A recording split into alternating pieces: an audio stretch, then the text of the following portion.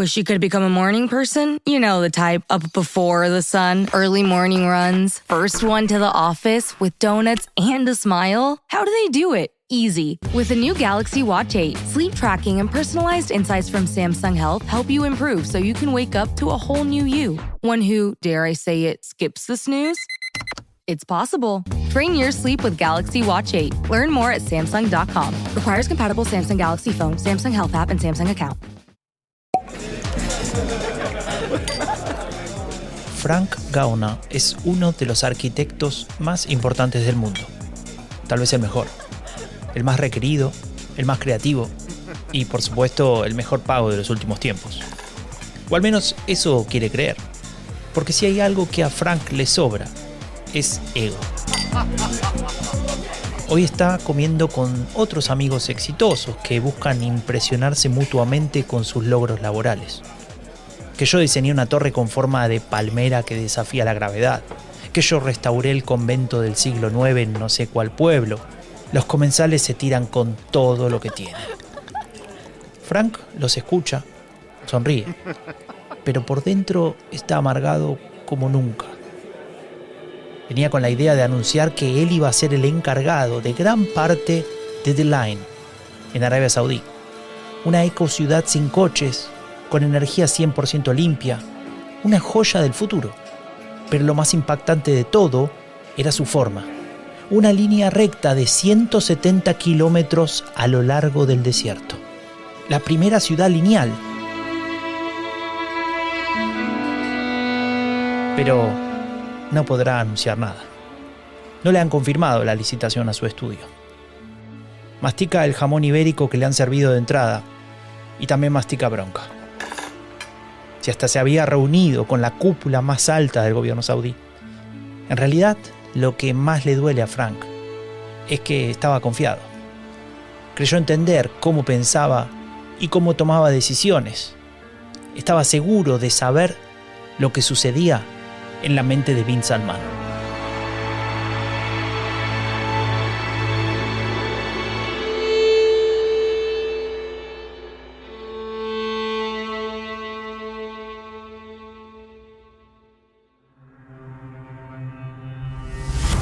Han llegado al gobierno, posiblemente a lo máximo que podían aspirar. Don't be afraid to call your enemies by their name. Y ahora que han probado el poder, ya no quieren dejarlo.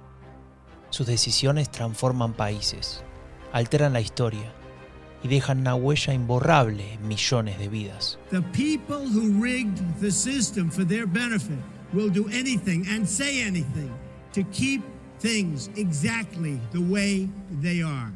Muchas veces nos preguntamos, ¿qué lleva a los líderes autoritarios a lo más alto en sus países? Die Welt befindet sich auf einer neuen Etappe ihrer Entwicklung. Pero tal vez sea más importante descubrir cómo piensan, cuál es su ideología. Y yo tengo derecho a sentir lo que sentí. ¿Son fanáticos? Io sono Giorgia, sono una donna. ¿Oportunistas? En lugar de darnos la medicina para sanar, nos estaban dando un veneno. ¿O sencillamente pragmáticos del poder?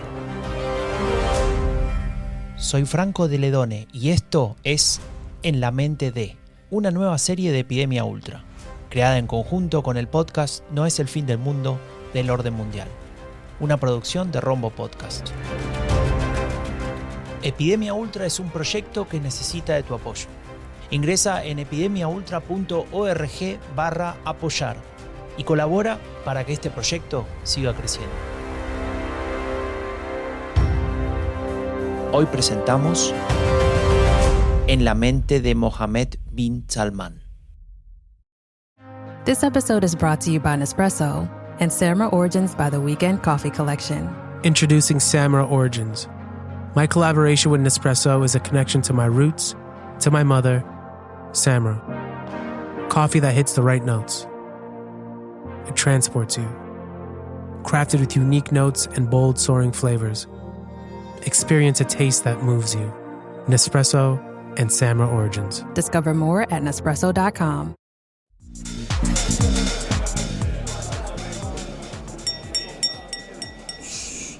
Todos interrumpen sus conversaciones para prestar atención al hombre de camisa impecable que se ha puesto de pie y propone un brindis. Quiero que todos levantemos nuestras copas para celebrar el nuevo contrato que ha conseguido Frank. Será quien le dé vida al nuevo proyecto de Arabia Saudí, The Line. Los aplausos no hacen más que acentuar el sudor frío que corre por la espalda de Frank. Entre avergonzado e indignado por el atrevimiento de su amigo que no le preguntó antes por las últimas noticias, Frank se pone de pie, agradece, sonríe falsamente y comienza un discurso que durará lo justo y necesario. Como alguien que necesita justificarse, Frank explica que finalmente por razones técnicas y burocráticas que nada tienen que ver con él o con su estudio, le llegó la notificación de que había quedado fuera de la licitación. El clima en la mesa se enrarece. Frank se vuelve a sentar y tiene la sensación de que hoy será una larga noche. En ese mismo instante comienza un tiroteo de preguntas que el renombrado arquitecto aprovechará para sanar su ego herido. Empieza diciendo que en realidad él nunca estuvo del todo de acuerdo con trabajar con el gobierno de Arabia. Muchas historias turbias, dice.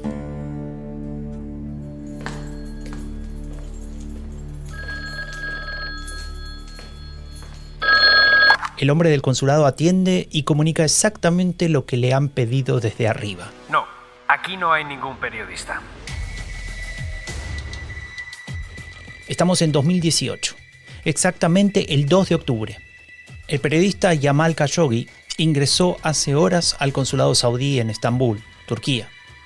Había ido a buscar unos documentos que nunca obtendrá, ya que nunca saldrá de allí. Khashoggi era un disidente. Había reclamado reformas democráticas, criticado el extremismo religioso, expuesto la falta de libertades en Arabia Saudí. Por miedo a represalias se había exiliado en Estados Unidos un año antes de su asesinato. Múltiples servicios de inteligencia concluyeron que había evidencia suficiente que conectaba a Mohammed bin Salman con su desaparición. Frank tiene la atención de todos. Ve las caras horrorizadas de todos los comensales y continúa narrando la historia.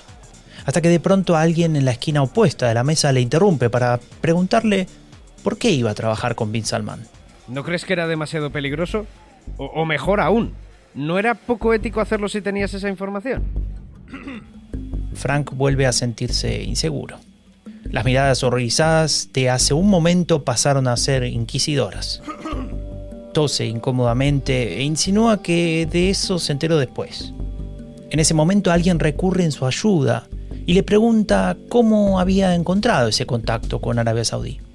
Frank ve la oportunidad de desviar el hilo del relato y comienza a explicar por qué, en realidad, bin Salman no tendría que haber llegado nunca a convertirse en heredero del trono saudí.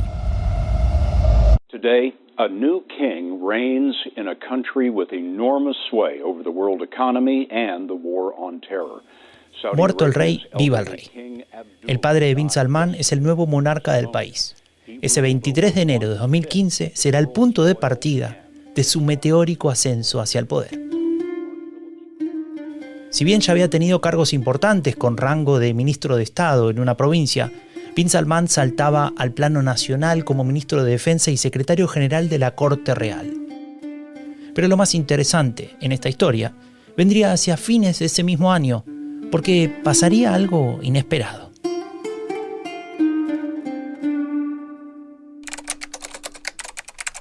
Diciembre de 2015. Un miembro del servicio secreto alemán escribe a toda velocidad un memo de urgencia. La información no puede esperar.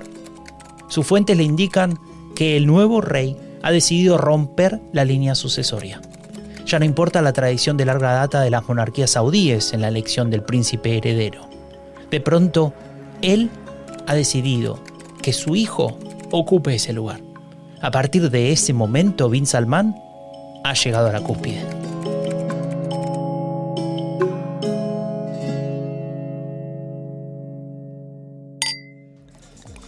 Alguien interrumpe el relato de Frank sobre el agente secreto. Pero yo he leído en algún medio que a bin Salman lo nombran príncipe heredero en junio de 2017. Eso es mucho después. Frank lo mira con cierto desdén y con tono altanero le dice que es cierto y que el memo apuntaba a advertir que esa decisión podría generar un polo de desestabilización en el mundo árabe, cosa que no sucedió, agrega. Al contrario, Bin Salman, en ese nuevo lugar de poder, lanzó algo que para Frank fue digno de admiración: el plan Visión 2030. Se lo sabía de memoria, como si se lo hubiese estudiado para un examen. Primero, sociedad vibrante, con calidad de vida, con cultura, con turismo y con orgullo. Segundo, economía pujante, para diversificarla. De hecho, Bin Salman llegó a decir que Arabia Saudí sufría una adicción al petróleo, algo que había retardado el desarrollo de otros sectores. Pero falta el tercer pilar del plan: una nación ambiciosa, transparente, eficiente, sin corrupción y con responsabilidad social. Y en ese punto Frank se da cuenta de que su entusiasmo no está siendo seguido por la gente de la mesa. Se olvidó del hilo de la historia. La gente se aburre de los conceptos, pero sobre todo de los elogios desmedidos. ¿Acaso era un propagandista del gobierno de Bin Salman? Ante esas señales de desconexión, Frank retrocede para retomar el segundo punto de aquella Visión 2030, el de la modernización.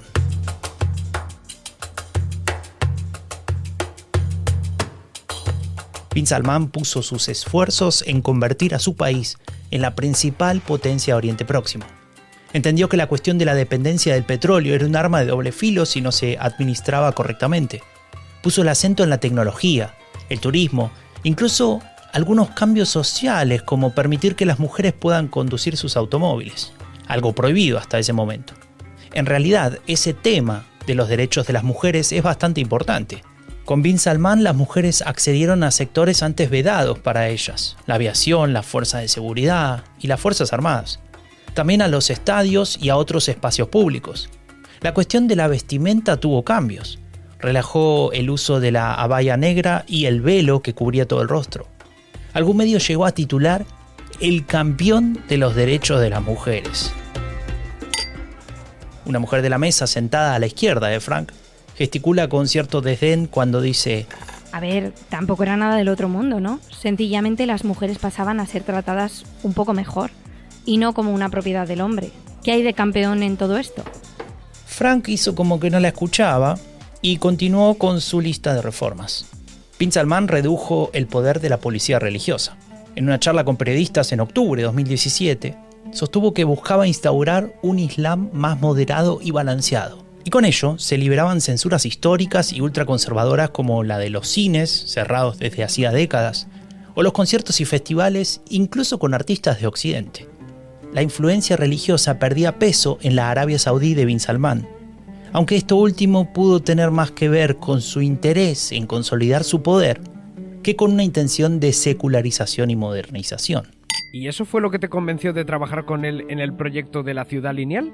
Preguntó a alguien que se había mantenido en silencio durante toda la locución de Frank. Dudó un momento, pero luego de unos segundos le dijo que sí, que era eso. Claro. Y enseguida agregó con cierta incomodidad que recién cuando viajó allí y conoció en profundidad el discurso del gobierno saudí, se fue dando cuenta de otras cosas, algunas que no le gustaron tanto.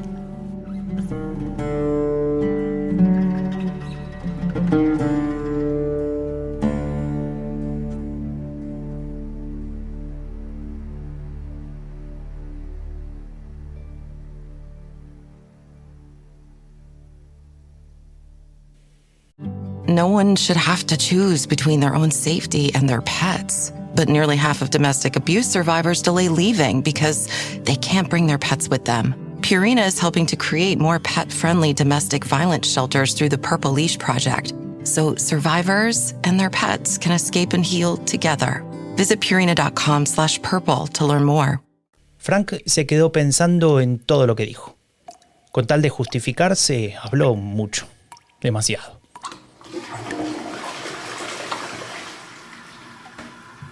Mientras disfruta del perfume a fresas del baño del restaurante más costoso de la ciudad, se pregunta si estuvo bien en hablar sobre el nacionalismo que propone Bin Salman. Ese que intenta priorizar sobre la religión, algo mucho más importante históricamente en el país. Como si tratara de reconstruir la identidad nacional y con ello fortalecer su impronta al frente del gobierno. Más no sea de facto porque el rey sigue siendo su padre. Tal vez debiera quedarse un poco callado por un rato. Sin embargo, apenas regresa a su mesa, antes de que pueda sentarse, alguien le alcanza un móvil diciendo: Esta parte no la has contado, ¿eh? El título del artículo en la pantalla pone: 11 activistas detenidos, 7 de ellas mujeres que luchaban por la igualdad de derechos. Entre otros, el levantamiento de la prohibición de conducir. Frank deja el teléfono y alega que, claro, que se le había olvidado. Que alguien le había comentado que Bin Salman lo había hecho para contentar a los clérigos más ortodoxos, enfadados con los cambios, y a la vez para que el mérito de la reforma no se la lleven ellas. Las miradas de algunos ya no son de interés, sino de reprobación. Alguien dice que tal vez lo haya hecho para que quede en claro que, en una monarquía absoluta, los derechos son otorgados por el soberano, no conquistados por la ciudadanía. Frank comienza a tartamudear cuando, nuevamente, alguien sale con una pregunta para salvarle. ¿Es cierto que Bin Salman apoya el fundamentalismo islámico? Todo lo contrario, responde muy seguro el arquitecto. El mejor ejemplo de ello es que el saudí se posicionó en contra de los hermanos musulmanes. Ese movimiento religioso y político islamista muy vinculado con el extremismo. Bin Salman usó la oportunidad para profundizar su estrategia de reducir la influencia religiosa y apuntar a un nuevo nacionalismo. Una imagen distinta, atada a la monarquía, al poder del rey, claro, pero no tan relacionada con el Islam. ¿Acaso habla como Trump? ¿Saudi first? Frank se excusa y dice que no es analista político para afirmar tal cosa. Y tal vez por una vez en su vida, Frank sea sincero. Muy probablemente no entienda lo que está buscando construir Bin Salman además de una ciudad lineal. Posiblemente se le haya escapado que el saudí pretende evitar que su país cometa los errores del pasado, permitir que el Estado se debilite, que las luchas internas lo carcoman y termine por sucumbir ante desafíos exteriores. Bin Salman conoce la historia y sabe que eso llevó a la destrucción de Arabia Saudí en al menos 2 ocasiones en la historia. De allí se explica su obsesión por el poder político, por evitar que factores como las fuerzas religiosas, que no controla, le arrebaten espacios. Una actitud que muchos analistas y biógrafos del saudí referencian a su admiración por personajes como Alejandro Magno.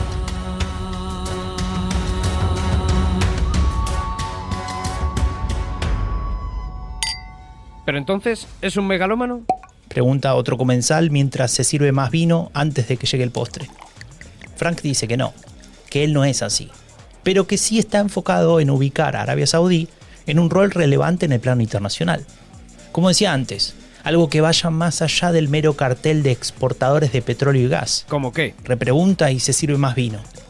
Frank duda un poco, y ahí recuerda haber leído algo sobre el rol de mediador. Y la verdad es que lo explica bastante mal. Nadie lo entiende en la mesa. Pero hay algo de cierto en lo que cuenta. Arabia Saudí en los últimos años, bajo el liderazgo de Bin Salman, ha construido un rol de facilitador para resolver conflictos. Por ejemplo, respecto a la guerra entre Ucrania y Rusia, su país se ubicó como un lugar neutral para encuentros diplomáticos entre representantes rusos y norteamericanos. Esa imagen de pacificador también le llevó a cambiar su postura respecto a la guerra en Yemen. En 2015, Bin Salman apoyó la intervención contra los hutíes en Yemen. Lo que quería era contrarrestar la influencia regional de su principal enemigo, Irán. Con ello buscaba demostrar su liderazgo en Oriente Próximo y promocionar aquel nacionalismo saudí que estaba construyendo.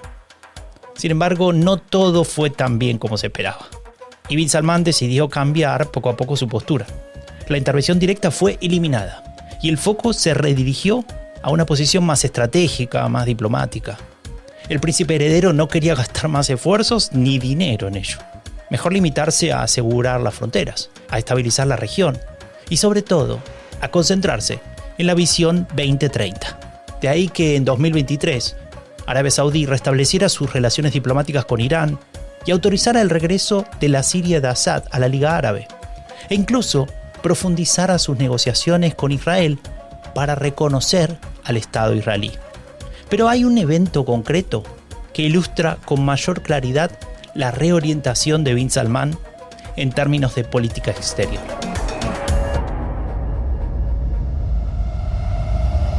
After 3.5 years of blockade, isolation, and diplomatic rifts in the Arabian Gulf, this was the moment tensions ended among regional foes. Del avión desciende el príncipe heredero. Debajo, a un lado de la pista de aterrizaje, el mismísimo emir de Qatar lo espera para darle un abrazo. El símbolo de la reconciliación. Después de 3 años y medio de bloqueo, las relaciones en el Golfo Pérsico recuperan la armonía.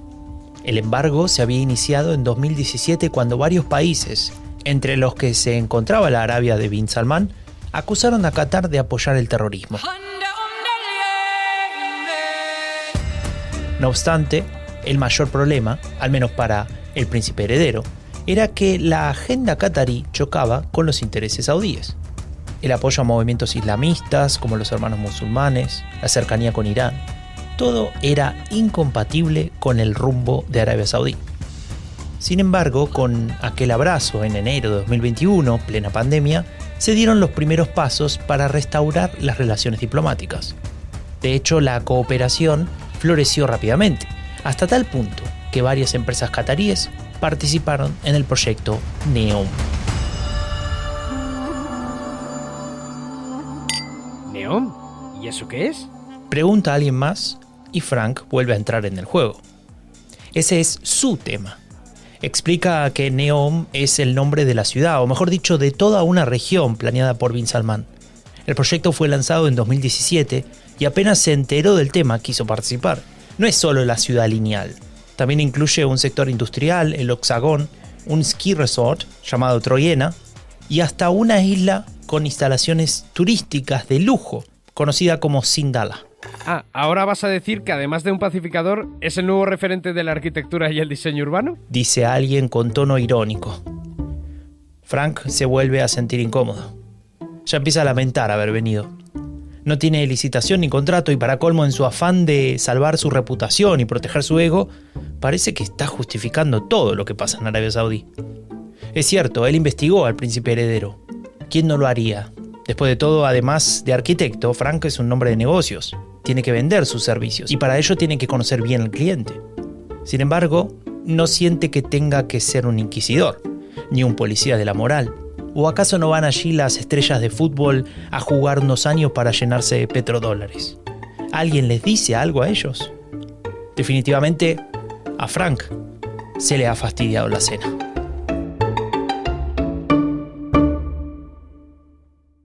Does it ever feel like you're a marketing professional just speaking into the void? But with LinkedIn ads, you can know you're reaching the right decision makers, a network of 130 million of them, in fact. You can even target buyers by job title, industry, company, seniority, skills, and did I say job title? See how you can avoid the void and reach the right buyers with LinkedIn ads. Spend $250 on your first campaign and get a free $250 credit for the next one. Get started at linkedin.com/campaign. Terms and conditions apply.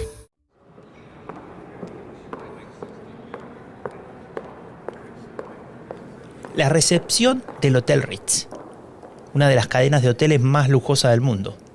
Ningún gerente se hubiese imaginado en su vida que ese edificio en Riad, la capital saudí, terminaría por convertirse en una cárcel.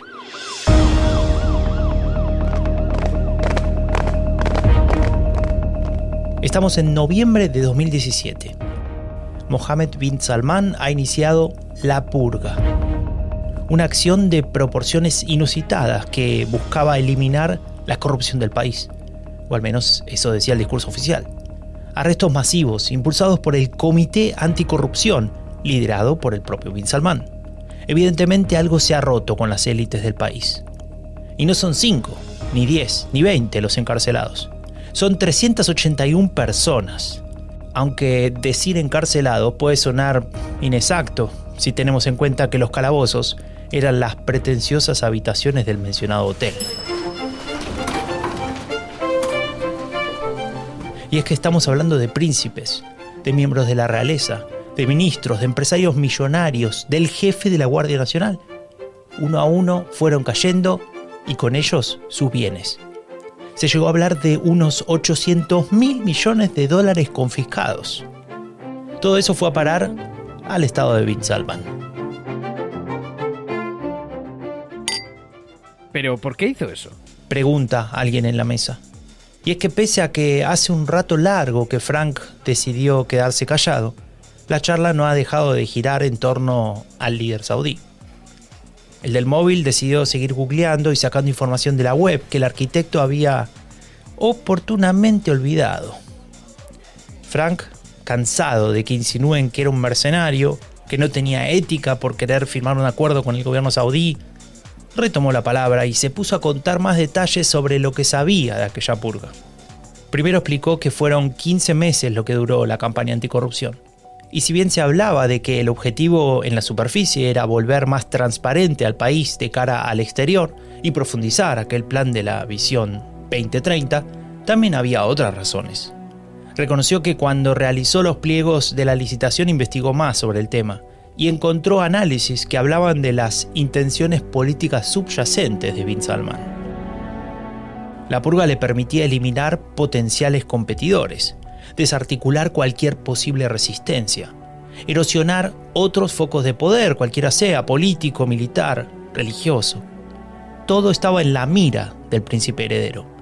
Y todo cayó bajo acusaciones de lavado de dinero, sobornos, abuso de autoridad y otro tipo de acciones que su comisión anticorrupción etiquetó como traición y ofensas a la patria.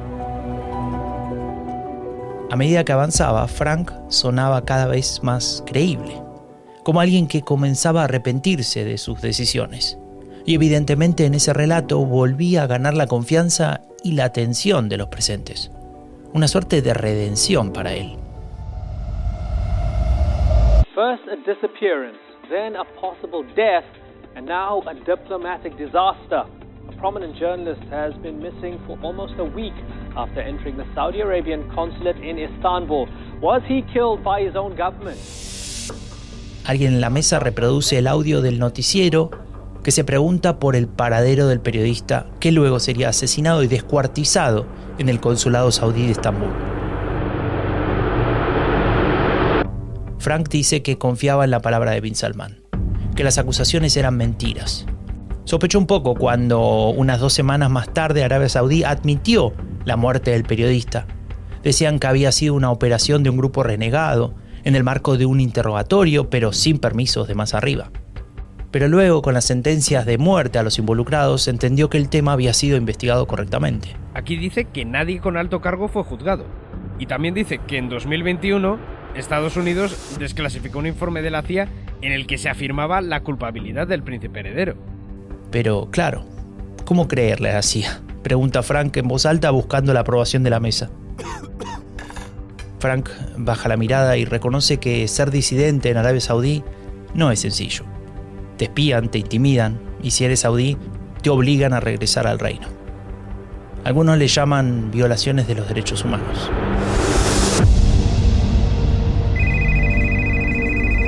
Frank mira su teléfono, su cara se transforma y atiende. Dice que sí, que ahora mismo sale para allá. Toma su abrigo y se va rápidamente sin saludar a nadie. Todos quedan atónitos. Luego de algunos minutos, un móvil vibra. Su dueño lee el mensaje y hace un gesto de desprecio. Y luego lo lee en voz alta. Amigos, disculpen que haya salido sin saludar. Me avisaron que me esperaba un avión privado y que para alcanzarlo tenía que irme ya mismo. Alguien revisó los pliegos de la licitación y resulta que sí, nos han aceptado para avanzar con el diseño de la ciudad lineal. Si este taxista no se demora, llegaré a tiempo. Por suerte, toda nuestra cena me hizo reflexionar sobre lo importante que es conocer a un cliente. Me alegro de haber compartido con ustedes todo lo que sé sobre la mente de Mohammed bin Salman.